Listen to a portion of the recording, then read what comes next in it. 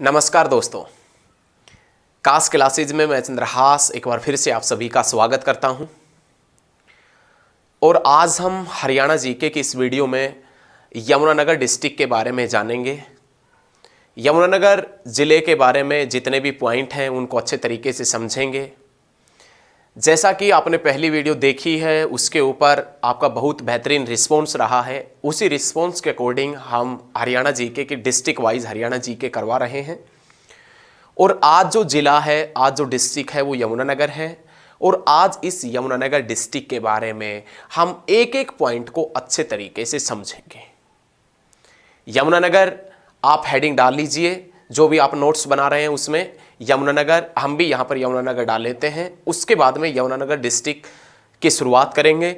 आशा करते हैं कि आपने जो पहले डिस्ट्रिक्ट देखे होंगे और आज यमुनानगर देखेंगे, आपको बहुत अच्छे तरीके से ये वीडियो समझ में आएगी, अच्छे तरीके से, आसान तरीके से, साधारण भाषा में, शानदार तरीके से समझ में आएगी। तो चलिए अब स्टार्ट करते हैं, ज़्यादा वक्त नहीं लेंगे। आप भी हेडिंग डाल लीजिए हमारे साथ में यमुनानगर।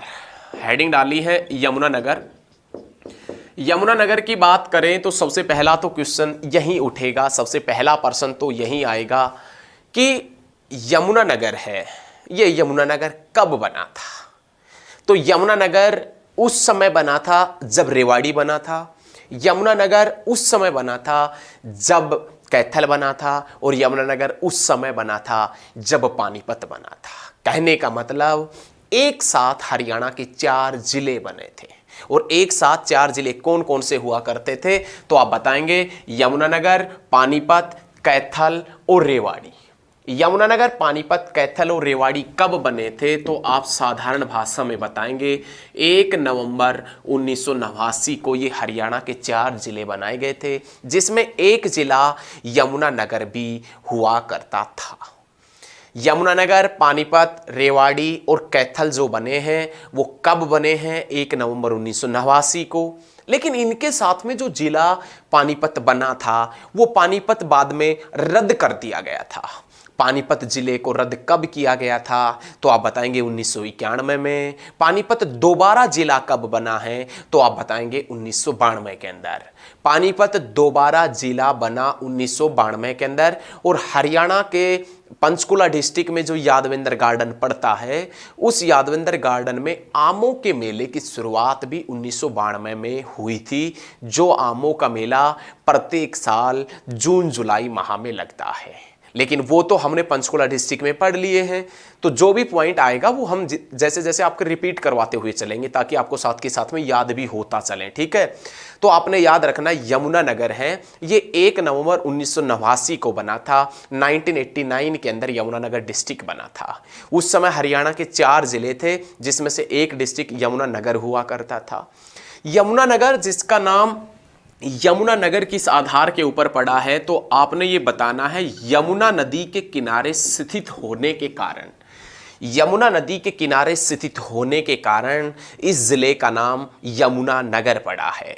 यमुना नदी हरियाणा में यमुनानगर से ही प्रवेश करती है और यमुना नदी के किनारे ये जिला स्थित है, इसी के कारण इसका नाम यमुनानगर पड़ा है। ठीक है, यमुनानगर का यदि पुराना नाम पूछे कि यमुनानगर का ओल्ड नेम क्या है तो ओल्ड नेम आपने बताना है यमुनानगर का पुराना नाम अब्दुल्लापुर है। ऐसा बताया जाता है कि यहाँ पर 100 साल पुरानी 1947 से पहले एक टिम्बर मार्केट हुआ करती थी यमुनानगर के अंदर, और उस टिम्बर मार्केट का नाम था अब्दुल्लापुर टिम्बर मार्केट। उसी की तर्ज पर यमुनानगर का पुराना नाम बताया जाता है बच्चे। कौन सा तो आप बताएंगे अब्दुल्लापुर। तो ये आपने याद रखना है कि अब्दुल्लापुर टिम्बर मार्केट कहाँ है तो आप बताएंगे यमुनानगर में। लेकिन इसी के साथ में एग्जामिनर पूछ ले कि न्यू वुड टिम्बर मार्केट कहाँ है। अब्दुल्लापुर टिम्बर मार्केट यमुनानगर में, new would timber market Tohana Fatehabad के अंदर पड़ती है। यमुनानगर जिसका पुराना क्या नाम है तो आप बताएंगे अब्दुल्लापुर, ये यमुनानगर का पुराना नाम है। क्लियर है? क्लियर होना चाहिए, बड़े आसान तरीके से कर रहे हैं। उसके बाद में यमुनानगर जिसका उपनाम क्या है, यमुनानगर को अन्य किस किस नाम से जानते हैं, तो इसी के साथ में आपने याद रखना है यमुनानगर को पेपर सिटी के नाम से भी जाना जाता है। यमुनानगर को पेपर सिटी के नाम से भी जाना जाता है। यमुनानगर को शुगर सिटी के नाम से भी जानते हैं, शुगर सिटी के नाम से भी जानते हैं। और यमुनानगर को मछियारों का स्वर्ग भी कहते हैं। मछियारों का स्वर्ग वैसे पूछेगा हकीकत में कौन सा है, तो आप बताएंगे हथनीकुंड बैराज को। और हथनीकुंड बैराज के बारे में भी हम आगे चलकर आपको अच्छे तरीके से डिटेल क्लियर करेंगे कि ये बैराज किस रूप में हरियाणा का सबसे बड़ा बैराज है, इस बैराज में कितने गेट हैं, वो आगे चलकर हम आपको बताएंगे। आप हमारे साथ में अंत तक जरूर बने रहिए और एक से एक बेहतरीन पॉइंट हम आपके साथ में बताते रहेंगे। अब ये पूछे कि यमुनानगर जिला जिसका दूसरा नाम क्या है, जिसका उपनाम क्या है, तो आप बताएंगे पेपर सिटी और शुगर सिटी और मछियारों का स्वर्ग कहते हैं किसको, यमुनानगर को। ये यमुनानगर जिसका क्षेत्रफल कितना है, तो यमुनानगर का यदि एरिया पूछता है, क्षेत्रफल पूछता है, तो आप बताएंगे 1768 वर्ग किलोमीटर यमुनानगर का क्षेत्रफल है। यमुनानगर का एरिया कितना है, तो आप बताएंगे 1768 वर्ग किलोमीटर यमुनानगर का एरिया है, यमुनानगर का क्षेत्रफल है। इस यमुनानगर के अंदर विधानसभा की कितनी सीटें पड़ती है, तो यमुनानगर में विधानसभा की सीटें 4 पड़ती है। कौन कौन सी विधानसभा की सीट है, तो आप बताएंगे जगाधरी, आप बताएंगे एक यमुनानगर, आप बताएंगे एक राडौर विधानसभा की सीट है, और आप इसी के साथ में एक बताएंगे सढौरा। ये 4 विधानसभा की सीट पड़ती है। कौन कौन सी, जगाधरी, यमुनानगर, राडौर और सढौरा। यमुनानगर की एससी रिजर्व सीट का नाम क्या है, यमुनानगर की एससी रिजर्व सीट बच्चे आपसे पूछेगा एग्जामिनर, तो आप बताएंगे सढौरा। हरियाणा में कुल एससी रिजर्व सीटों की संख्या कितनी है, 17, जिसमें से एक एससी की रिजर्व सीट कहां पर पड़ती है, यमुनानगर में, और उस एससी रिजर्व सीट का नाम क्या है, तो आप बताएंगे उस एससी रिजर्व सीट का नाम है सढौरा। उसके बाद में अंबाला के अंदर उपमंडल कितने हैं और कौन कौन से हैं, अंबाला के अंदर एक जगाधरी उपमंडल है, बिलासपुर है, राडौर है। ये 3 उपमंडल यमुनानगर डिस्ट्रिक्ट के अंदर पड़ते हैं। यमुनानगर के अंदर कौन कौन से उपमंडल हैं, तो आप बताएंगे जगाधरी, बिलासपुर और राडौर। यमुनानगर के अंदर तहसील कहां कहां हैं, जगाधरी में, छछरौली में, बिलासपुर में, सढौरा में, खिजराबाद में। यमुनानगर में उप तहसील कहां है, सढौरा में, मुस्तफाबाद में, खिजराबाद में। यमुनानगर के कौन कौन से खंड हैं, तो यमुनानगर में खंड पूछेगा तो आप बताएंगे बिलासपुर, छछरौली, जगाधरी, खिजराबाद, राडौर, सढौरा और मुस्तफाबाद, ये खंड है। क्वेश्चन यहां से इस प्रकार से पूछेगा एग्जामिनर, पर्सन क्या पूछेगा, क्या उम्मीद है, क्या क्वेश्चन वो एग्जामिनर आपसे क्या पूछ सकता है, तो यहां से क्वेश्चन करेगा कि सढौरा खंड कौन से डिस्ट्रिक्ट में पड़ता है, ये मुस्तफाबाद जो खंड है वो कौन से जिले में पड़ता है, खिजराबाद कौन से जिले की तहसील है। इस प्रकार से यहाँ से एग्जामिनर क्वेश्चन करेगा। तो ये क्वेश्चन यदि आपको तहसील वगैरह, उप तहसील वगैरह याद नहीं भी हो पाती है तो आप अपनी आंखों से इन पॉइंटों को निकाल लेना। कभी भी किसी भी स्थान का नाम पूछ सकता है, खिजराबाद कहाँ पर पड़ता है, तो आप तुरंत बता देंगे, आपको पता होगा तो खिजराबाद यमुनानगर डिस्ट्रिक्ट में पड़ता है। क्लियर है, तो ये सभी डाटा आपने नोट कर लिया होगा। अब हम आगे की तरफ बढ़ेंगे और वहीं जैसा कि हमने अंबाला डिस्ट्रिक्ट में पढ़ा था, सबसे पहले हम वो पॉइंट करेंगे जो यमुनानगर के प्राचीन इतिहास से लेकर और आज तक हैं। कहने का मतलब यमुनानगर के डेट से संबंधित क्वेश्चन, तिथि से संबंधित क्वेश्चन। उसके बाद में यमुनानगर के मंदिर, मेले, गुरुद्वारे पढ़ेंगे, फिर मुस्लिम धर्म से संबंधित पढ़ेंगे, फिर यमुनानगर के जो महत्वपूर्ण दर्शन बनते हैं, पर्यटन स्थल बनते हैं, उनके बारे में जानेंगे, और फिर अंत में हम यमुनानगर के जो महान व्यक्ति है उनके बारे में वर्णन करेंगे, उनके बारे में जानेंगे और आपको बताएंगे कि कौन कौन से महान व्यक्ति अंबाला से हुए हैं, उनको कौन कौन से अवार्ड मिले हैं, और वो कौन कौन से व्यक्ति कौन कौन से क्षेत्र से संबंधित है। सभी चीज़ें हम आपको एक एक तरीके से बारीकी से आपका अध्ययन कराएंगे। आप वीडियो को अंत तक जरूर देखें। चलिए एक बार बोर्ड को साफ कर देते हैं, उसके बाद में अपन आगे बढ़ते हैं। ठीक है, क्लियर है? तो ये सभी चीज़ें आपने नोट करनी है। ये यमुनानगर डिस्ट्रिक्ट का डाटा था। अब जो सबसे पहला क्वेश्चन आएगा, वो पहला क्वेश्चन हम बात करेंगे सबसे पहले क्वेश्चन की 1818। सन 1818 के पहले क्वेश्चन की बात करेंगे।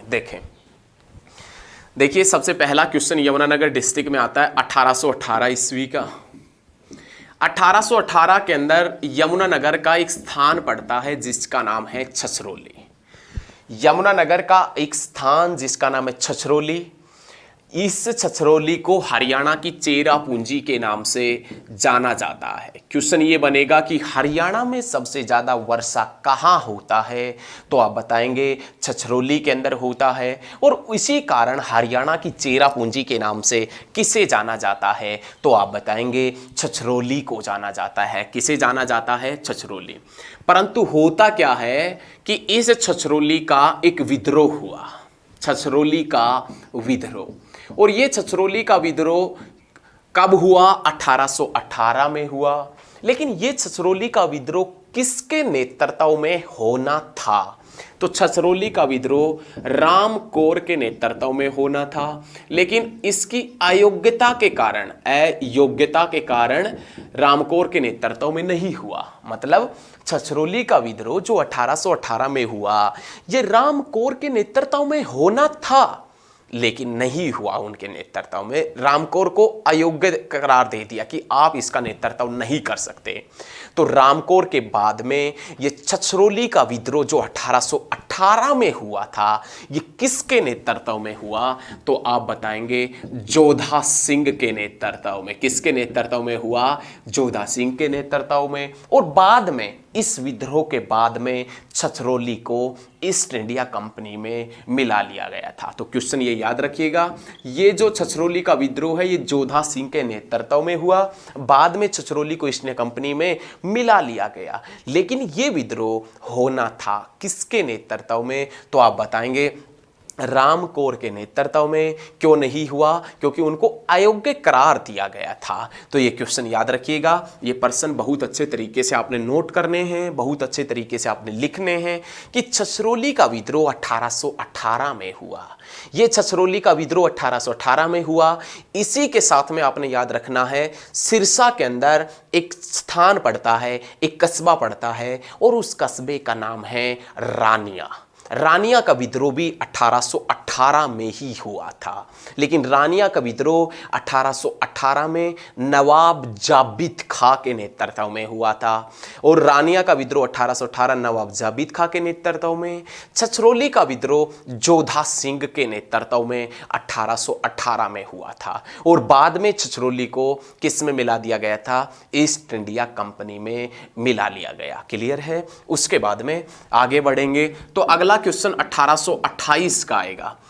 राडौर को ईस्ट इंडिया कंपनी में मिलाया गया था। राडौर जो एक विधानसभा की सीट है यमुनानगर की, ये राडौर ईस्ट इंडिया कंपनी में मिलाया गया था 1828 में। राजा दला सिंह जिसका अधिकार होता था राडौर के ऊपर, लेकिन राजा दला सिंह की मृत्यु पहले हो जाती है। और राजा दला सिंह की मृत्यु के बाद राडौर के ऊपर जो अधिकार हो गया था वो किसका हो गया था? तो आप बताएंगे राजा दला सिंह की पत्नी इंदिरा कौर। अब होता क्या है कि इंदिरा कौर की 1828 में इंदिरा कौर की डेथ हो जाती है। और डेथ होने के बाद राडौर को ईस्ट इंडिया कंपनी में मिला दिया जाता है। राडौर को ईस्ट इंडिया कंपनी में कब मिलाया गया था? 1828 में राजा दला सिंह की विधवा रानी इंदिरा कौर की मृत्यु के पश्चात, इंदिरा कौर की मृत्यु के बाद मिलाया गया था। क्लियर है बच्चे? क्लियर होना चाहिए, बहुत अच्छे तरीके से समझ में आना चाहिए।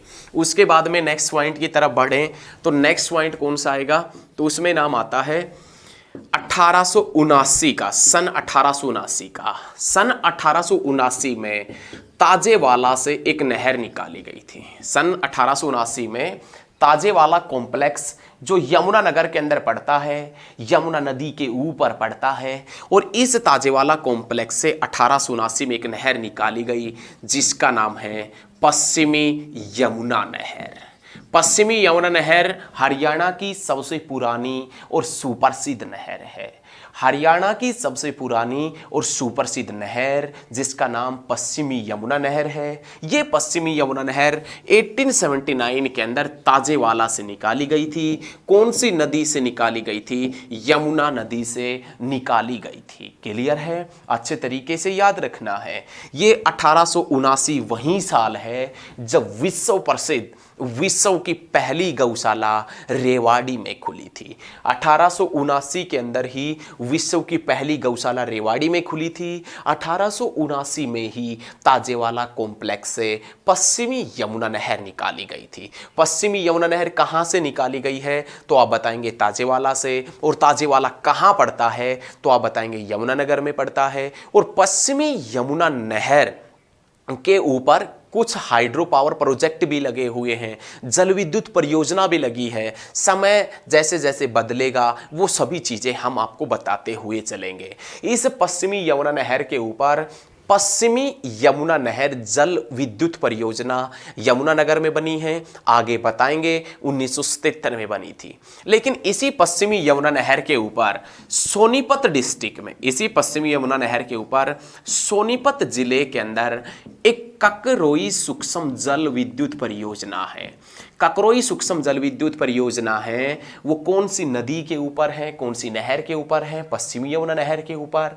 लेकिन ककरोई सूक्ष्म जल विद्युत परियोजना पश्चिमी यमुना नहर के ऊपर कब बनी थी? तो आप बताएंगे 1999 में। कब बनी थी? 1999 में। कितने मेगावाट से है? तो आप बताएंगे 300 मेगावाट से। कितने मेगावाट से है बच्चे? तो आप बता देना 300 मेगावाट से। कितने मेगावाट से हैं? 300 मेगावाट से है। और ककरोई सूक्ष्म जल विद्युत परियोजना अपने लिए आवश्यक पानी कौन सी नहर से प्राप्त करती है? पश्चिमी यमुना नहर से। क्वेश्चन दो तरीके से पूछा जाता है। एक तो क्वेश्चन पूछा जाता है कि पश्चिमी यमुना नहर जल विद्युत परियोजना कहाँ स्थित है? कौन सी नहर के ऊपर स्थित है? तो आप बताएंगे पश्चिमी यमुना नहर के ऊपर। पश्चिमी यमुना नहर जो ताजेवाला कॉम्प्लेक्स से यमुनानगर से निकाली गई है, 1879 में निकाली गई थी। परंतु इस नहर के बारे में ऐसा भी कहा जाता है कि ये नहर फिरोज शाह तुगलक ने अपने शिकारगाह में पानी पहुंचाने के लिए 1355 में बनवाई थी। तो दोनों पॉइंट आपने नोट करने हैं कि यह नहर फिरोज शाह तुगलक ने अपने शिकारगाह में पानी पहुंचाने के लिए 1355 में बनवाई थी। इसी के साथ में ये भी पॉइंट लिखेंगे कि यह नहर ताजेवाला कॉम्प्लेक्स से 1879 में निकाली गई थी। क्लियर है?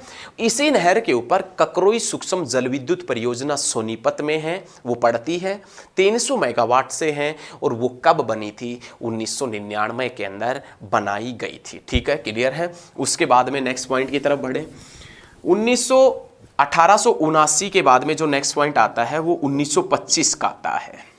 यमुनानगर के अंदर एक सीट पड़ती है विधानसभा की जिसका नाम है जगाधरी। इस जगाधरी से एक ब्रह्म समाचार पत्र निकला था। जगाधरी से ब्रह्म समाचार पत्र कब निकला था? तो आप बताएंगे समाचार पत्र कब निकला था? तो आप बताएंगे 1925 के अंदर जगाधरी से ब्रह्म समाचार पत्र निकला था। क्लियर है? समझ में आया? उसके बाद में आगे बढ़ें तो उसके बाद में आगे बढ़ेंगे तो सबसे पहले नाम आएगा बिल्ट पेपर मिल। बिल्ट पेपर मिल जो है वो कब बनी थी? तो बिल्ट पेपर मिल जो है, बिल्ट पेपर मिल ये यमुनानगर में 1929 में बनी थी। बिल्ट पेपर मिल यमुनानगर में कब बनी थी? 1929 के अंदर बनी थी। बिल्ट मतलब Ballarpur industrial limited. Ballarpur industrial limited जो पेपर मिल है ये कब बनी थी? तो आप बताएंगे 1929 के अंदर बनी थी। ये वही 1929 है जब भगत सिंह और बट्टू केशवर दत्त ने मिलकर सेंट्रल असेंबली के ऊपर, केंद्रीय असेंबली के ऊपर बम फेंका था। ये वही 1929 है जब पंडित जवाहरलाल नेहरू के फादर मोतीलाल जवाहरलाल नेहरू ने रोहतक में एक सभा आयोजित की थी। वो हम रोहतक डिस्ट्रिक्ट में आपको अच्छे तरीके से बताएंगे कि उस सभा का मुख्य उद्देश्य क्या था, रोहतक में सभा का आयोजन क्यों किया गया था और वो सभा उसी समय क्यों की गई थी जब लाहौर अधिवेशन में पंडित जवाहरलाल नेहरू पूर्ण स्वराज्य की मांग कर रहे थे। रोहतक डिस्ट्रिक्ट जरूर देखिएगा, रोहतक डिस्ट्रिक्ट के बारे में हम सब कुछ बताएंगे आपको, ठीक है, तो क्लियर रखना है। बिल्ट पेपर मिल यमुनानगर 1929 में बनी थी। यमुनानगर में कब बनी थी? 1929 में। उसके बाद में नाम आता है सरस्वती चीनी मिल। सरस्वती चीनी मिल कहाँ है तो आप बताएंगे यमुनानगर में। और सरस्वती चीनी मिल यमुनानगर में कब बना था बच्चे तो आप बता देना 1933 में। सरस्वती चीनी मिल 1933 में यमुनानगर में बनी थी और ये वहीं 1933 है जब सर छोटूराम ने भाखड़ा बांध की नींव रखी थी 1933 में। सर छोटूराम ने भाखड़ा बांध की नींव 1933 में रखी थी और यमुनानगर में सरस्वती चीनी मिल 1933 में ही बनी थी। एशिया महाद्वीप की प्रसिद्ध चीनी मिल है, एशिया महाद्वीप की प्रसिद्ध चीनी मिल है सरस्वती चीनी मिल। और यहाँ पर सरस्वती चीनी मिल में प्रतिदिन 8000 टन चीनी का उत्पादन किया जाता है। प्रतिदिन 8000 टन चीनी का उत्पादन किया जाता है। कौन सी चीनी मिल में तो आप बताएंगे सरस्वती चीनी मिल। एशिया महाद्वीप की प्रसिद्ध चीनी मिल है सरस्वती चीनी मिल। उसके बाद में नाम आता है 1938 का। 1938 में भारत स्टार्च केमिकल लिमिटेड बना था। भारत स्टार्च केमिकल जो लिमिटेड है, केमिकल लिमिटेड, वो यमुनानगर में कब बना था? 1938 में। स्टार्च आपने साइंस में पढ़ा होगा, कैप्सूल का जो आवरण होता है, कैप्सूल की जो बाहरी परत होती है उसे स्टार्च के नाम से जानते हैं। और स्टार्च किससे बनता है तो आप बताएंगे मक्के से। और मक्का हरियाणा में सबसे ज़्यादा कहाँ होता है? पंचकुला में।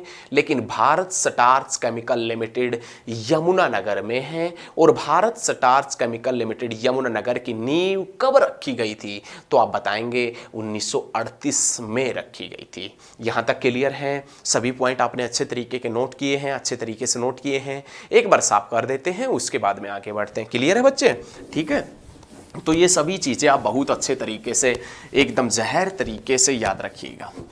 अच्छे तरीके से याद रखें, बहुत अच्छे तरीके से पढ़ेंगे। यमुनानगर का कोई भी एक पॉइंट हम नहीं छोड़ेंगे, सारे पॉइंट हम आपको साथ के साथ में क्लियर करेंगे। उसके बाद में 1938 के आगे बढ़े, वक्त बीतता है और जैसे ही वक्त बीता डेट आती है 1952। 1952 के पॉइंट की बात करें तो 1952 में जगाधरी रेलवे वर्कशॉप बना था। जगाधरी रेल कार्यशाला बनी थी। जगाधरी रेलवे वर्कशॉप या रेल कार्यशाला जो कब बनी थी तो आप बताएंगे 1992 में। जगाधरी रेल कार्यशाला नॉर्थन रेलवे द्वारा संचालित है। नॉर्थन जो रेलवे है इसके द्वारा संचालित है। जगाधरी रेलवे वर्कशॉप 1952 में बना था। उत्तर भारत में रेलवे के लगभग 8 रेल कार्यशाला हैं, 8 रेलवे वर्कशॉप हैं। उत्तर भारत के जो 8 रेलवे वर्कशॉप हैं उसमें से एक रेलवे वर्कशॉप जगाधरी में पड़ता है और प्रसिद्ध रेलवे वर्कशॉप है। जगाधरी रेलवे वर्कशॉप जिसकी नींव कब रखी गई थी? 1952 के अंदर रखी गई थी। इसी के साथ में यमुनानगर के साथ में एक जिला सीमा रेखा बनाता है जिसका नाम है अंबाला। अंबाला में 1952 में सुषमा स्वराज का जन्म हुआ था। सुषमा स्वराज जिनका संबंध कहाँ से है? अंबाला से। उनका जन्म 1952 में ही हुआ था। चंडीगढ़ शहर जिसकी नींव 1952 में रखी गई थी। कुरुक्षेत्र का बिड़ला मंदिर जिसकी नींव 1952 में रखी गई थी। और बिड़ला मंदिर जिसकी दीवारों पर श्रीमद् भगवद गीता के 700 श्लोक अंकित है और इसी कारण उस मंदिर को श्रीमद् भगवद गीता मंदिर के नाम से भी जानते हैं। याद रखिएगा 1952 में जगाधरी रेलवे वर्कशॉप बना। नॉर्थन रेलवे द्वारा संचालित है। उत्तर जो रेलवे है उसके द्वारा संचालित है। उत्तर भारत में लगभग 8 रेलवे वर्कशॉप पड़ते हैं जिसमें से एक रेलवे वर्कशॉप हरियाणा के जगाधरी में पड़ता है।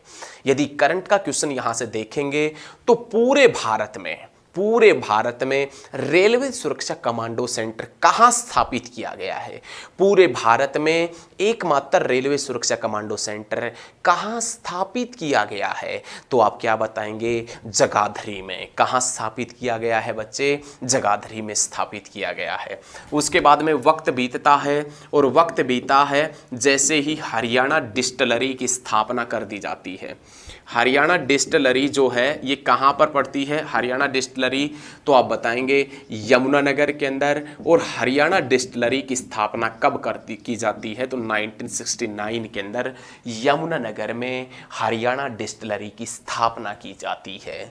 उसके बाद में नाम आता है कलेसर वन्य जीव अभ्यारण्य। देखिए कलेसर नेशनल पार्क भी है और कलेसर वन्य जीव अभ्यारण्य भी है। पहले वन्य जीव अभ्यारण्य हुआ करता था और कलेसर वन्य जीव अभ्यारण्य कब बना था? 1975 के अंदर कलेसर वन्य जीव अभ्यारण्य बना था। किस किस के लिए प्रसिद्ध है? तो अभी आप 2 मिनट का इंतजार कीजिए, 2 मिनट इंतजार कीजिए, हम आपको बताएंगे कि कलेसर नेशनल पार्क है, कलेसर वन्य जीव अभ्यारण्य किस लिए प्रसिद्ध है, किस लिए जाना जाता है, कब बना था, सारी चीज़ें आपको बताएंगे। लेकिन कलेसर नेशनल पार्क पहले वाइल्ड लाइफ सेंचुरी था, वन्य जीव अभ्यारण्य था। और कलेसर वन्य जीव अभ्यारण्य कब बना था? 1975 के अंदर।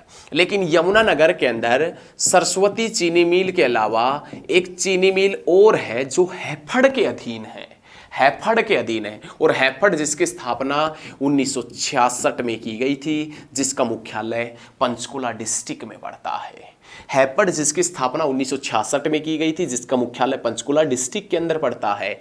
ये जो हैफड़ है इसके अधीन यमुनानगर में एक सहकारी चीनी मिल है और उस चीनी मिल का नाम यमुनानगर सहकारी चीनी मिल है। यमुनानगर सहकारी चीनी मिल कब बनी थी? तो आप बता देंगे 1973 में। यमुनानगर सहकारी चीनी मिल 1973 में बनी थी जो हैफड़ के अधीन है। और हैफड़ जिसकी स्थापना 1966 में हुई थी और हैफड़ जिसका मुख्यालय पंचकुला डिस्ट्रिक्ट के अंदर है। लेकिन 1973 में ही यमुनानगर में पश्चिमी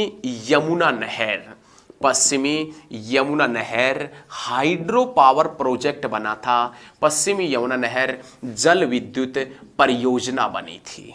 पश्चिमी यमुना नहर जल विद्युत परियोजना पश्चिमी यमुना नहर के ऊपर ही है, बताने की बात नहीं है, आपको पता है, समझदार हैं। पश्चिमी यमुना नहर जल विद्युत परियोजना पश्चिमी यमुना नहर के ऊपर ही है। लेकिन पश्चिमी यमुना नहर जल विद्युत परियोजना कब बनी थी? तो आप बताएंगे 1977 में बनी थी। अब ये जो जल विद्युत परियोजना है ये पश्चिमी यमुना नहर के ऊपर हैं, लेकिन ये कितने मेगावाट से है, इसकी उत्पादन क्षमता कितनी है?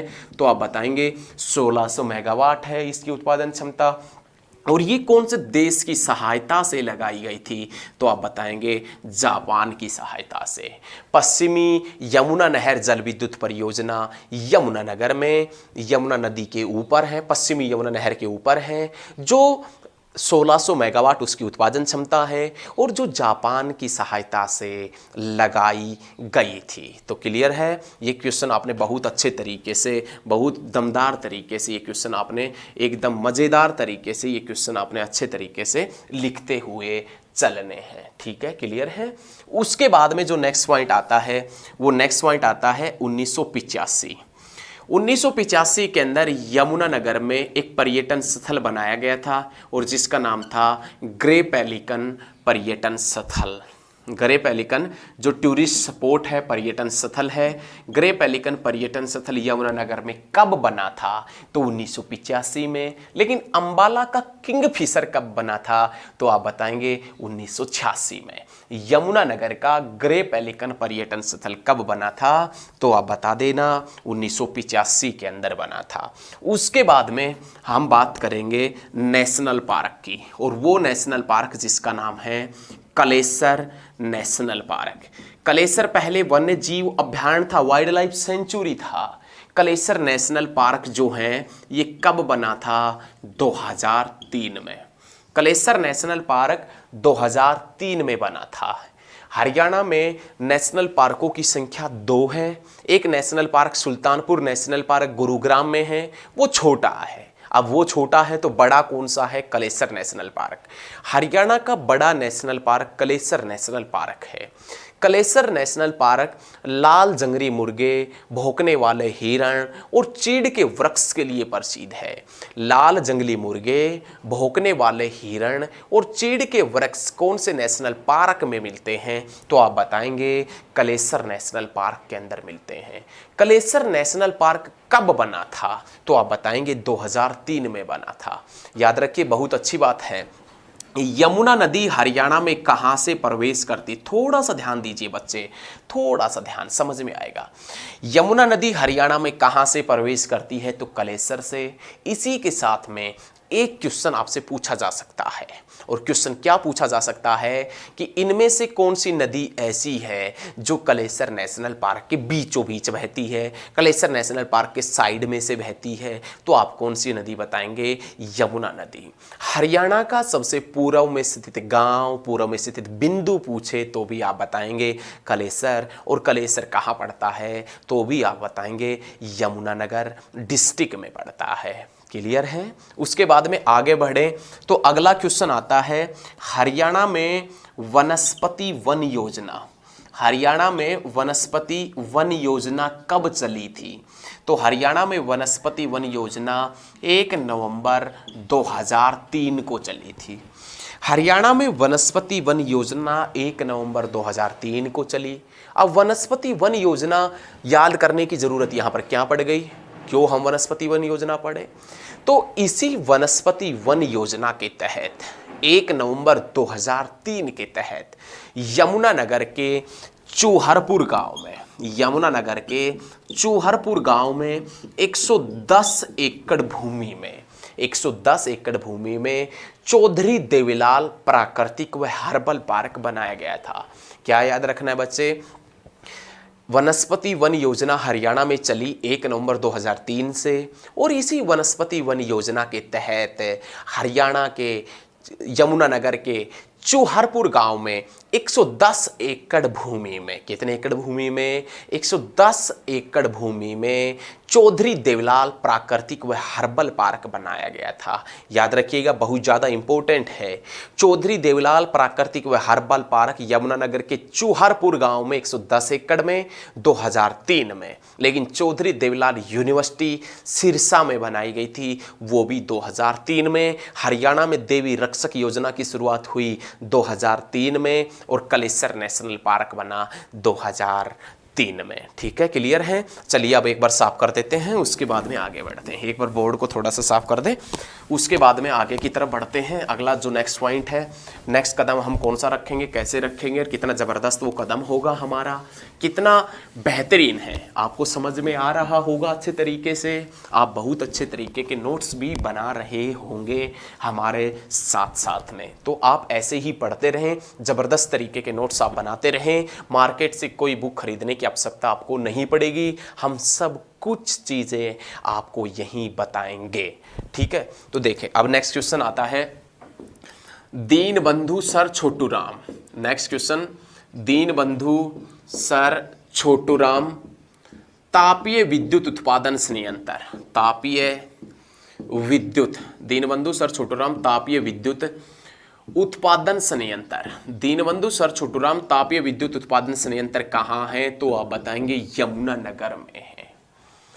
लेकिन दीनबंधु सर छोटूराम तापीय विद्युत उत्पादन संयंत्र यमुनानगर में कब लगा था? तो आप बताएंगे 14 अप्रैल 2008 में लगा था। दीनबंधु सर छोटूराम तापीय विद्युत उत्पादन संयंत्र यमुनानगर में कब लगा था?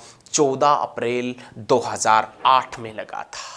कितने मेगावाट से है? तो आप बताएंगे इसकी उत्पादन क्षमता 600 मेगावाट है। कितनी है? तो आप बता देना, 600 मेगावाट है।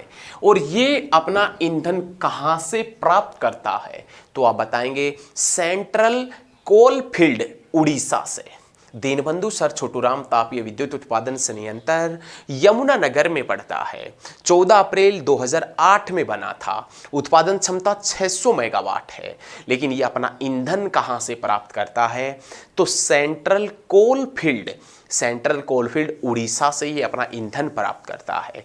बच्चे, आपने याद रखना है कि दीनबंधु सर छोटूराम तापीय विद्युत उत्पादन संयंत्र कौन चला रहा है, किसके माध्यम से चल रही है? तो HPGCL के माध्यम से ये चलाई जा रही है। ये जो संयंत्र है ये चलाया जा रहा है। उसके बाद में यमुनानगर का लास्ट जो डेट का क्वेश्चन आता है वो 21 अप्रैल 2015 का आता है।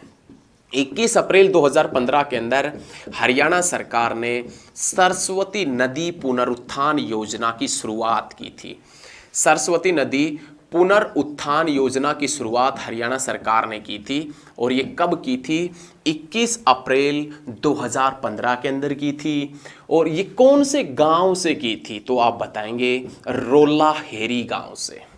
सरस्वती नदी पुनरुत्थान योजना की शुरुआत हरियाणा सरकार ने कहां से की थी? तो आप बताएंगे यमुनानगर में। कब की थी? 21 अप्रैल 2015 से। कौन से गांव से की थी? तो आप बताएंगे रोलाहेरी गांव से की थी। लेकिन सरस्वती नदी, क्वेश्चन पूछ ले आपसे कि सरस्वती नदी हरियाणा में कहां से प्रवेश करती है? तो आप बताएंगे आदि बद्री से। कहां से प्रवेश करती है? आदि बद्री, यमुनानगर से। आदि बद्री का मेला भी पूछ लेता है कि आदि बद्री का मेला हरियाणा में कहां लगता है? तो भी आप क्या बताएंगे? यमुनानगर में लगता है। कहां लगता है? यमुनानगर में लगता है। लेकिन सरस्वती नदी की खुदाई में पहला स्थान कौन सा है? सरस्वती नदी की खुदाई का कार्य पहले स्थान पर कौन से स्थान पर किया गया था? तो आप बताएंगे मुगलावली। मुगलावली जो कौन से डिस्ट्रिक्ट में पड़ता है? यमुनानगर में। सरस्वती नदी की खुदाई का अंतिम स्थान कौन सा है? तो आप बताएंगे बेगू। और बेगू कहां पड़ता है? तो आप बता देना सिरसा में पड़ता है। सरस्वती नदी पुनरुत्थान योजना की शुरुआत रोलाहेरी, यमुनानगर से 21 अप्रैल 2015 में की थी। सरस्वती नदी हरियाणा में प्रवेश कहां से करती है? मुगलावली से, आदि बद्री से। आदि बद्री यमुनानगर में पड़ता है और आदि बद्री का मेला भी लगता है यमुनानगर जिले में, यमुनानगर डिस्ट्रिक्ट में। लेकिन सरस्वती नदी की खुदाई में जो पहला स्थान हुआ करता था वो मुगलावली, और सरस्वती नदी की खुदाई का अंतिम स्थान है वो कौन सा है? बेगू। और बेगू कहाँ पड़ता है? तो आप बताएंगे सिरसा के अंदर। लेकिन इसी सरस्वती नदी के किनारे एक गांव था जिसका नाम यमुनानगर में मुस्तफाबाद था। यमुनानगर का एक गांव जो सरस्वती नदी के ऊपर हुआ करता था, उस गांव का नाम बदलकर क्या कर दिया गया? सरस्वती नगर कर दिया गया। क्या कर दिया गया बच्चे? सरस्वती नगर कर दिया गया। लेकिन सरस्वती नदी पुनरुत्थान योजना में, सरस्वती नदी पुनरुत्थान योजना में यमुनानगर के किस व्यक्ति ने महत्वपूर्ण भूमिका निभाई थी? तो आप बताएंगे दर्शन लाल जैन। सरस्वती नदी पुनरुत्थान योजना में यमुनानगर के किस व्यक्ति ने महत्वपूर्ण भूमिका निभाई थी? तो आप बताएंगे दर्शन लाल जैन ने। और इसी कारण उस दर्शन लाल जैन को पद्म श्री पुरस्कार दिया गया है। लेकिन सरस्वती हेरिटेज विकास बोर्ड, सरस्वती हेरिटेज विकास बोर्ड जिसका चेयरमैन कौन होता है? हरियाणा का तत्कालीन सीएम। जो सीएम जिस समय रहेगा वहीं सरस्वती हेरिटेज विकास बोर्ड का चेयरमैन रहेगा। लेकिन सरस्वती हेरिटेज विकास बोर्ड जिसका उपाध्यक्ष कौन सा है? अध्यक्ष तो सीएम रहेगा, लेकिन उपाध्यक्ष कौन है? तो आप बताएंगे प्रशांत भारद्वाज। वर्तमान में सरस्वती जो हेरिटेज विकास बोर्ड है उसका उपाध्यक्ष कौन है? तो आप बताएंगे प्रशांत भारद्वाज उसका उपाध्यक्ष है। तो ये यमुनानगर जिले के सभी दिनांक से संबंधित, डेट से संबंधित सभी क्वेश्चन थे और हमने अच्छे तरीके से और एक जहर तरीके से ये सभी पॉइंट हमने क्लियर किए हैं। अब आगे देखें। अब हम पढ़ेंगे यमुनानगर के जो प्रसिद्ध मंदिर है उनके बारे में। तो सबसे पहले जो मंदिर आता है वो नाम आता है भगवान परशुराम। भगवान परशुराम सर्वधर्म मंदिर। भगवान परशुराम सर्वधर्म मंदिर कहाँ पड़ता है? तो आप बताएंगे यमुनानगर में पड़ता है। कहाँ पड़ता है? यमुनानगर में। भगवान परशुराम जिनके फादर जमदाग्नि ऋषि जिनका संबंध राखी घड़ी हिसार से है, याद रखें। उसके बाद में नेक्स्ट पॉइंट आता है पंचमुखी हनुमान मंदिर। पंचमुखी हनुमान मंदिर आपसे पूछेगा तो आप बता देना पंचमुखी हनुमान मंदिर यमुनानगर के अंदर पड़ता है। लेकिन हनुमान जी की जन्मस्थली किसे कहते हैं? पंचमुखी हनुमान मंदिर तो क्लियर है, आपको पता लग गया कि पंचमुखी हनुमान मंदिर यमुनानगर में है। लेकिन हनुमान जी की जन्मस्थली के नाम से किसे जानते हैं? तो आप बताएंगे हनुमान जी की जन्मस्थली कैथल को कहते हैं। और ये मंदिर कहाँ पर पड़ता है? यमुनानगर में पड़ता है। उसके बाद में नाम आता है चिट्ठा हनुमान मंदिर। भाई कौन सा मंदिर? चिट्ठा हनुमान मंदिर। चिट्ठा हनुमान मंदिर की क्या विशेषता है कि इस हनुमान मंदिर में हनुमान जी की श्वेत प्रतिमा है। चिट्ठा हनुमान मंदिर कहाँ है? तो आप बताएंगे यमुनानगर में। और इस हनुमान मंदिर में हनुमान जी जो है, भगवान हनुमान जी, उसकी श्वेत प्रतिमा है, इसी कारण ये प्रसिद्ध है। और वो श्वेत प्रतिमा लगभग कितने वर्ष पुरानी है? तो आप बताएंगे लगभग 70 वर्ष पुरानी है। लगभग कितने वर्ष पुरानी है? तो 70 वर्ष पुरानी वो श्वेत हनुमान जी की प्रतिमा है। कहाँ है? चिट्ठा हनुमान मंदिर में। उसके बाद में नाम आता है लक्कड़हारा मंदिर। लक्कड़हारा मंदिर, लक्कड़हारा मंदिर भी कहाँ पड़ता है? तो आप बताएंगे यमुनानगर में। लेकिन लक्कड़हारा मंदिर यमुनानगर में पड़ता है, बहुत अच्छी बात है। लक्कड़हारा मंदिर यमुनानगर में किस मंदिर की तर्ज पर बना है?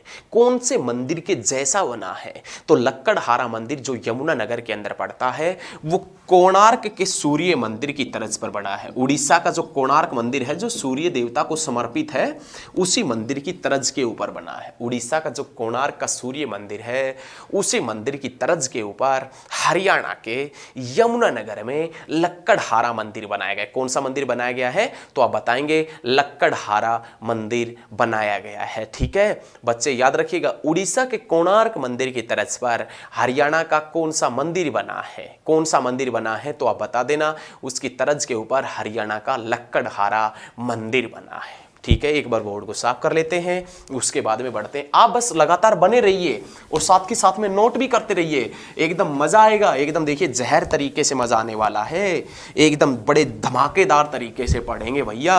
अब की बार आपका सिलेक्शन कोई नहीं रोक सकता, हरियाणा के अंदर कोई नहीं रोकेगा। जबरदस्त तरीके से पढ़ेंगे। हरियाणा जी के 30 नंबर का हो गया, 100% में 30% हरियाणा जीके आएगी। और हम ये चाहते हैं कि हरियाणा जीके में आप दूसरे से हटके पढ़ें और आप दूसरे से अलग पढ़ें और हरियाणा जीके में आपके एक भी नंबर नहीं कटें, ये हम चाहते हैं और आप भी ऐसा ही चाहें। ठीक है, चलिए नेक्स्ट पॉइंट की तरफ बढ़ते हैं। अब हम एक बार इस यहाँ के जो यमुनानगर हैं इसके मेले देख लेते हैं। तो हम एक मेला तो बता चुके हैं, आदि बद्री का मेला जो लगता है वो कहाँ लगता है? यमुनानगर में। और दूसरा मेला कौन सा लगता है? तो आप बताएंगे कपाल मोचन। कपाल मोचन का वह दूसरा मेला कपाल मोचन, व दूसरा जिसका नाम है गोपाल मोचन। कपाल मोचन व गोपाल मोचन का मेला कहाँ लगता है? तो यमुनानगर के बिलासपुर में। कपाल मोचन व गोपाल मोचन का जो मेला है ये मेला कहाँ लगता है? तो आप बताएंगे यमुनानगर के बिलासपुर में इस मेले का आयोजन किया जाता है। क्लियर है? बहुत अच्छे। उसके बाद में नाम आता है गुरुद्वारों का। गुरुद्वारा पोंटा साहिब। गुरुद्वारा पोंटा साहिब कहाँ पर पड़ता है? तो आप बताएंगे यमुनानगर में। गुरुद्वारा बुद्धू साहा। गुरुद्वारा बुद्धू साहा यमुनानगर में। गुरुद्वारा अग्गम यमुनानगर में। गुरु गोविंद सिंह मार्शल आर्ट संग्रहालय। गुरु गोविंद सिंह मार्शल आर्ट संग्रहालय यमुनानगर में। और उसके बाद में नाम आता है गुरुद्वारा कपाल मोचन या गोपाल मोचन। गुरुद्वारा कपाल मोचन। गुरुद्वारा कपाल मोचन किस लिए प्रसिद्ध है? ये तो याद रखना यमुनानगर में है। यमुनानगर में तो हमने और भी बताए हैं, गुरुद्वारा पोंटा साहिब और गुरुद्वारा बुद्धू साहा, गुरुद्वारा अग्गम, गुरु गोविंद सिंह मार्शल आर्ट संग्रहालय। इसी के साथ में हमने एक और बताया है आपसे कि गुरुद्वारा कपाल मोचन कहाँ है। तो गुरुद्वारा कपाल मोचन यमुनानगर में है। यहाँ पर 1687 में सिखों के 1687 में सिखों के 10वें गुरु गोविंद सिंह 52 दिन रुके थे। सिखों के 10वें गुरु 1687 में गुरु गोविंद सिंह 10वें गुरु 52 दिन रुके थे। कितने दिन रुके थे? 52 दिन। और यहीं पर उन्होंने अपने शस्त्रों को धोया था। उनके पास में जो भी हथियार हुआ करते थे, शस्त्र हुआ करते थे, उनको धोया था। और आज उसी स्थान के ऊपर गुरुद्वारा कपाल मोचन बना हुआ है। क्लियर है? क्लियर होना चाहिए, बहुत अच्छे तरीके से याद करना है, जहर तरीके से। अब नेक्स्ट पॉइंट देखें। नेक्स्ट पॉइंट आता है बूढ़िया कस्बे से संबंधित। बूढ़िया, आपने नाम सुना होगा बूढ़िया का रंग महल या बीरबल का रंग महल। तो हम बूढ़िया कस्बे के अंदर जान लेते हैं पहले। बूढ़िया जो कस्बा है, एक समय ऐसा था कि ये रियासत हुआ करती थी। और बूढ़िया रियासत कब बनी थी? तो आप बताएंगे 1763 के अंदर बूढ़िया रियासत बनी थी। लेकिन उसके बाद में वक्त बदला, और वक्त बदलता है तो इससे पहले बूढ़िया जो रियासत बनी थी, वो रियासत तो 1763 में बनी थी। लेकिन इससे पहले 1630 के अंदर शाहजहां के टाइम पीरियड में यहाँ पर एक रंग महल बनाया गया था। यहाँ पर एक रंग महल बनाया गया था और उस रंग महल को बीरबल के रंग महल के नाम से जाना गया था। बीरबल शाहजहां के शासनकाल में 1630 में यहाँ पर एक रंग महल बना था और उस रंग महल को किस नाम से जाना जाता था? बीरबल के रंग महल के नाम से जाना जाता था। वक्त बदला, 1763 में बूढ़िया एक रियासत भी बन गई थी।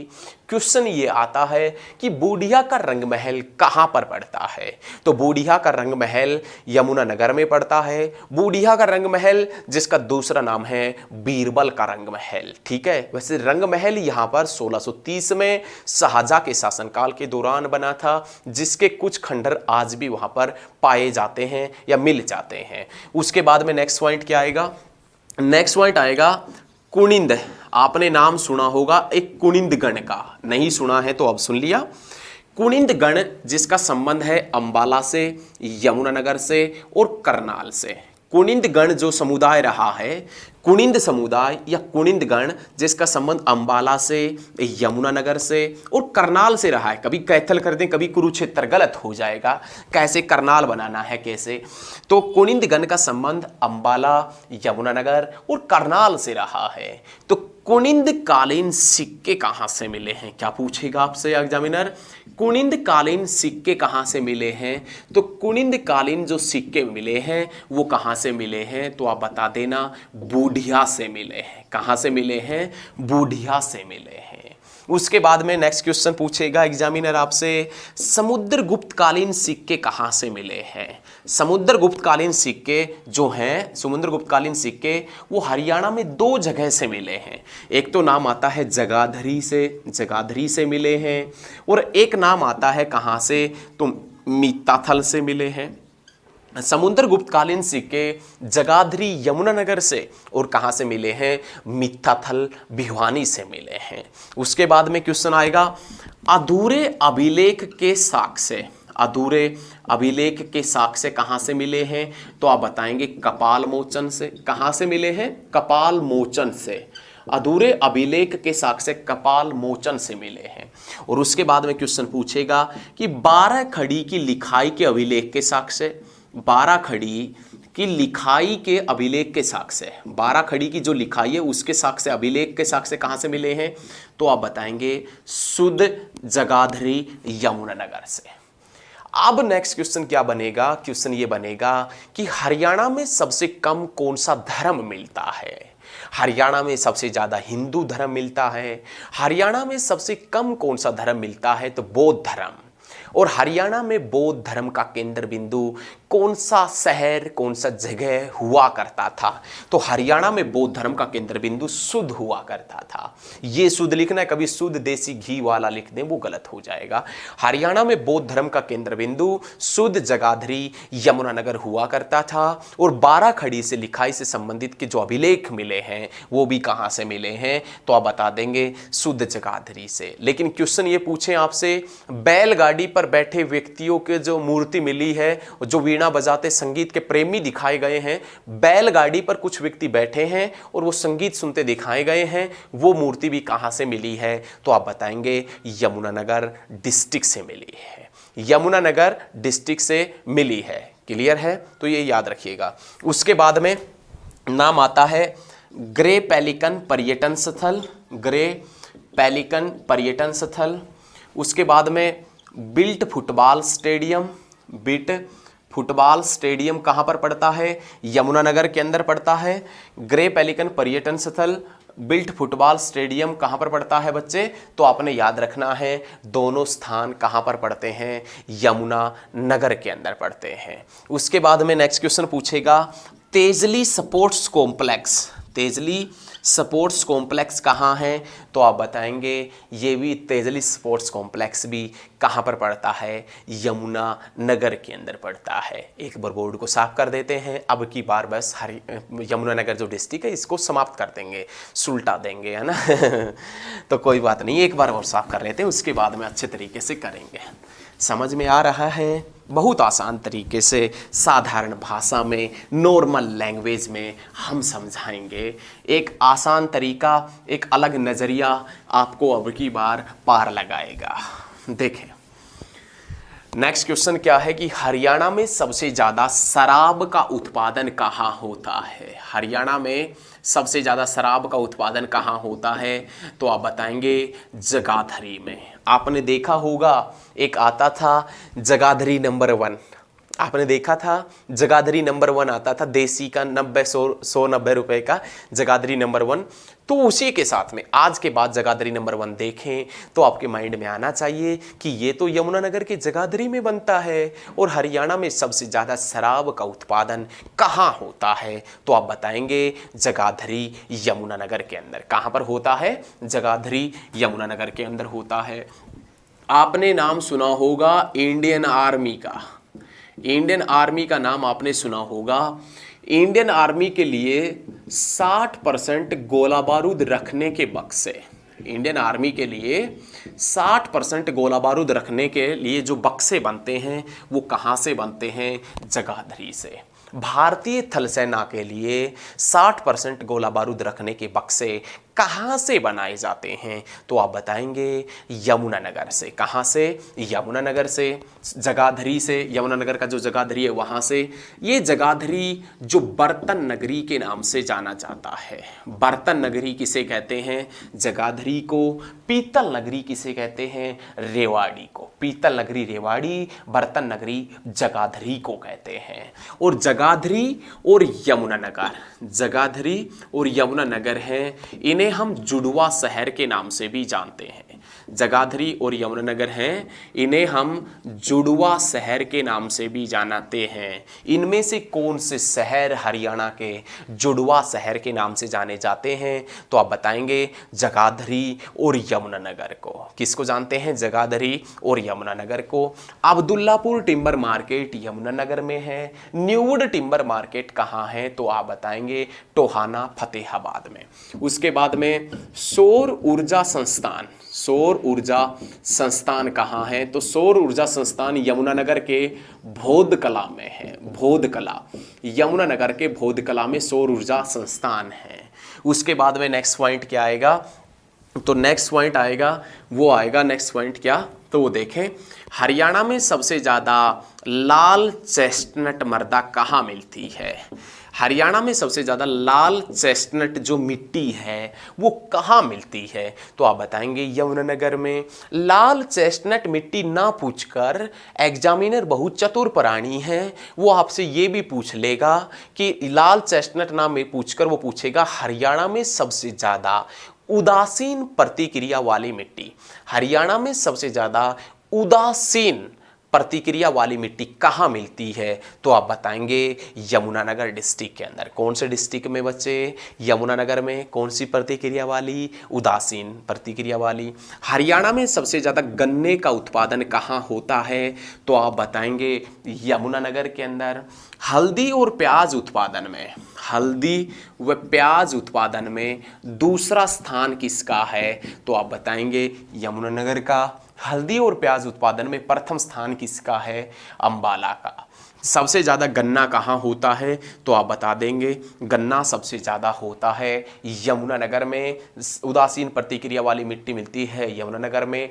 चनेटी का स्तूप कहाँ है? चनेटी का स्तूप, क्या क्वेश्चन है वो आपसे पूछेगा कि जो चनेटी का स्तूप है, चनेटी का स्तूप है वो कहाँ है, तो आप बता देना यमुनानगर में। और इस चनेटी के स्तूप का जिक्र हेनसांग ने अपनी पुस्तक में किया है। और हेनसांग जिसकी पुस्तक कौन सी हुआ करती थी? सीयू की हुआ करती थी। चनेटी के स्तूप का वर्णन किसने भी किया है, तो आप बताएंगे हेनसांग ने अपनी पुस्तक सीयूकी के अंदर भी किया है।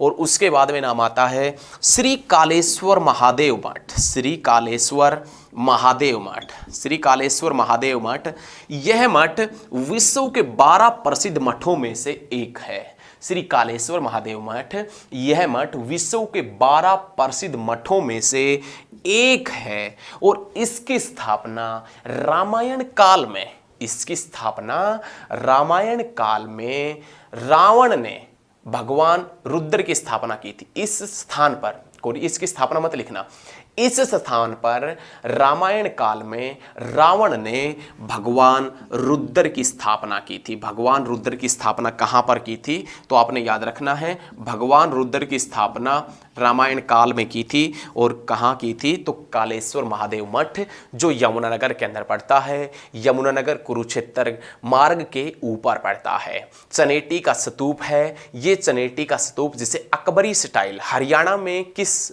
चीज को अकबरी स्टाइल के नाम से जानते हैं, तो आप बताएंगे चनेटी ग्राम का जो स्तूप है इसे अकबरी स्टाइल के नाम से भी जाना जाता है। उसके बाद में नेक्स्ट क्वेश्चन पूछेगा आपसे कि हरियाणा का सबसे ऐसा जिला, हरियाणा का जो सबसे ज़्यादा बाढ़ से प्रभावित है, हरियाणा का ऐसा जिला जिसमें सबसे ज़्यादा बाढ़ आती है, बाढ़ से प्रभावित जिला कौन सा है, तो यमुनानगर है। हरियाणा का ऐसा जिला जिसमें सबसे ज़्यादा बाढ़ आती है तो कौन सा है, यमुनानगर जिला है। अब यमुनानगर के महत्वपूर्ण व्यक्ति हैं, उनको देख लेते हैं कौन कौन से महत्वपूर्ण व्यक्ति हैं।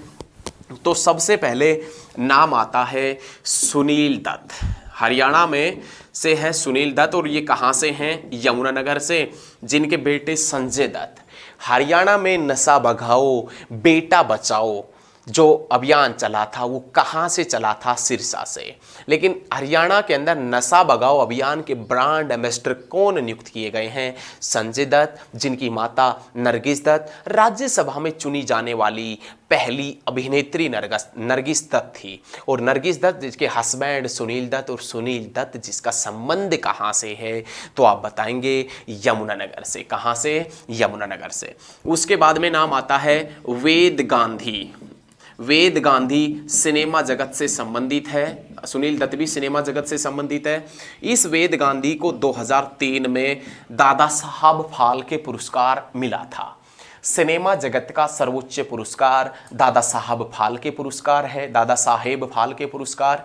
और उस दादा साहब फाल्के पुरस्कार की शुरुआत कब हुई थी, 1969 में, लेकिन 2003 का वेद गांधी को मिला था। और वेद गांधी जिसका संबंध यमुनानगर से है। कहाँ से है बच्चे, तो आप बता देंगे यमुनानगर से जिनका संबंध रहा है।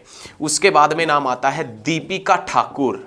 दीपिका ठाकुर किससे संबंधित है, हॉकी से संबंधित है। उसके बाद में नाम आता है संजीव राजपूत। संजीव राजपूत जो शूटिंग से संबंधित है। संजीव राजपूत जो किससे संबंधित है, शूटिंग से संबंधित है। और शूटिंग का जो खेल ग्राउंड होता है वो रेंज के नाम से, किस नाम से जाना जाता है, रेंज के नाम से जाना जाता है। तो ये क्वेश्चन हमने आपसे करवाए हैं। यमुनानगर डिस्ट्रिक्ट बहुत अच्छे तरीके से हमने क्लियर किया है। और जो भी पॉइंट बचे होंगे उनको हम हम बहुत जल्द ही सुलटा लेंगे, बता भी देंगे कि कौन सा पॉइंट किस ज़िले से संबंधित है। हमारी नज़र में यमुनानगर डिस्ट्रिक्ट है वो क्लियर हो गया है। लेकिन आपसे एग्जामिनर पूछेगा कि नारायणगढ़ शुगर मिल कहाँ है, यमुनानगर में। लेकिन नारायणगढ़ जो विधानसभा की सीट है वो भी यमुनानगर में, और नर नारायण गुफा कहाँ है, तो आप बताएंगे यमुनानगर में। नारायणगढ़ विधानसभा की सीट अंबाला में पड़ती है, नारायणगढ़ शुगर मिल अंबाला में पड़ती है, लेकिन नर नारायण गुफा जो है यमुनानगर, भाई गलत हो जाएगा, माइंड से शायद यमुनानगर निकल गया। नारायणगढ़ शुगर मिल यमुनानगर में नहीं है, अंबाला में है। और नारायणगढ़ विधानसभा क्षेत्र भी अंबाला के अंदर है, यमुनानगर शायद माइंड से गलत निकल गया, यमुनानगर में नहीं है। लेकिन नर नारायण जो गुफा है वो यमुनानगर के अंदर पड़ती है। क्लियर है? आज हमने यमुनानगर डिस्ट्रिक्ट को अच्छे तरीके से पढ़ा है। आपको भी यदि यमुनानगर डिस्ट्रिक्ट अच्छा लगा है, हकीकत में वीडियो पसंद आई है और आपने देखा है, लिखा है, गजब तरीके के नोट्स आपने बनाए हैं, तो आप सभी का आभार, बहुत बहुत धन्यवाद। आप हमारे साथ में इसी प्रकार अपने तन और मन से हमारे साथ में बने रहिए।